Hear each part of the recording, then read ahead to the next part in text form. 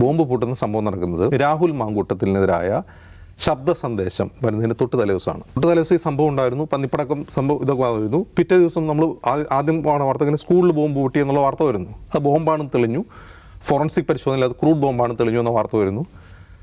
മണിക്കൂറുകൾക്കുള്ളിൽ ഈ ശബ്ദ സന്ദേശം വരികയാണ്. ഇതിൽ നിങ്ങൾക്കൊരു അസ്വാഭാവികതയും തോന്നുന്നില്ലേ? അതിൽ അസ്വാഭാവികത ഉണ്ടാവാൻ കാരണം, എൻ്റെ അറിവ് ശരിയാണെങ്കിൽ ആ പുറത്തു വന്ന ശബ്ദ സന്ദേശത്തിന് BJP ആയിട്ട് ബന്ധമുണ്ട്, ഏതൊക്കെയോ തരങ്ങളിൽ ബന്ധമുണ്ട്. ആ ശബ്ദ സന്ദേശത്തിൻ്റെ അതുവരെയുള്ള കസ്റ്റോഡിയൻ RSSും BJP ആയിട്ട് ബന്ധമുള്ള ആളായിരുന്നു. അതിനുശേഷം അവരത് മറ്റൊരു ടീമിന് കൈമാറിയാണ് അത് പുറത്തു വന്നിട്ടുള്ളത്. ഇതിൻ്റെ ഈ ക്രോണോളജി സംശയിക്കാൻ കാരണം മറ്റു കാര്യമുണ്ട്.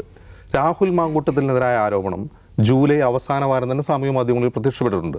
അത് CPMൻ്റെ ചില സൈബർ ഹാൻഡിലുകൾ പേര് പറയാതെ തന്നെ ഈ പോസ്റ്റ് ഇടുകയും അതിൻ്റെ അടിയിൽ ആളുകൾ വന്ന് ഇത് മറ്റേ ആളല്ലേ എന്ന് പറയുകയും ചെയ്യുന്ന എല്ലാവർക്കും മനസ്സിലാവുന്ന ഒരു കാര്യമാണ്. അപ്പോൾ അതങ്ങനെ വളരെ രൂക്ഷമായി ചർച്ച ചെയ്യപ്പെടുന്നു. എല്ലാവർക്കും ഇടയിലും അറിയാം ഏതെങ്കിലും ഒരു സംഭവമുണ്ട്. അപ്പോൾ പലരും എന്നെ ഇയാൾ ട്രൈ ചെയ്തിട്ടുണ്ട് അല്ലെങ്കിൽ ഇങ്ങനെയുള്ള വിവരങ്ങളൊക്കെ എല്ലാവർക്കും കിട്ടുകയാണ്. മാധ്യമപ്രവർത്തകർ പ്രത്യേകിച്ച് വന്നുകൊണ്ടിരിക്കുക.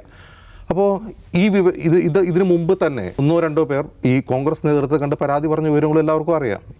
ഇതൊരു ടോക്ക് ഓഫ് ദി ടൗൺ ആണ്. എന്നിട്ട് എന്തുകൊണ്ട് അന്ന് മാത്രം ഈ ശബ്ദ സന്ദേശം പുറത്തു വരുന്നു? ഈ ബോംബ് പൊട്ടി അന്ന് മാത്രം. അന്നത്തെ ദിവസവും അതിന് തൊട്ടടുത്ത ദിവസങ്ങളിൽ ഏറ്റവും കൂടുതൽ ശക്തമായി സമരം ചെയ്തുകൊണ്ടിരിക്കുന്ന ആരാണ്? യുവമോർച്ചയാണ്, മഹിളാ മോർച്ചയാണ്. കേരളത്തിൽ വേറെ ഏതെങ്കിലും വിഷയത്തിൽ BJP ഇത്രയും ശക്തമായ സമരം കഴിഞ്ഞ 1-2 വർഷത്തിനിടയിൽ ചെയ്ത് കണ്ടിട്ടുണ്ടോ? ഇല്ല. ഇതൊക്കെ നമ്മൾ കൂട്ടി വായിക്കണം. ഈ കാര്യത്തിൽ ഈ മീഡിയ മാനേജ്മെൻറ്റ് എന്ന് പറയുന്നത് പബ്ലിക് റിലേഷനിൽ വളരെ പ്രധാനപ്പെട്ട ഒരു പരിപാടിയാണ്.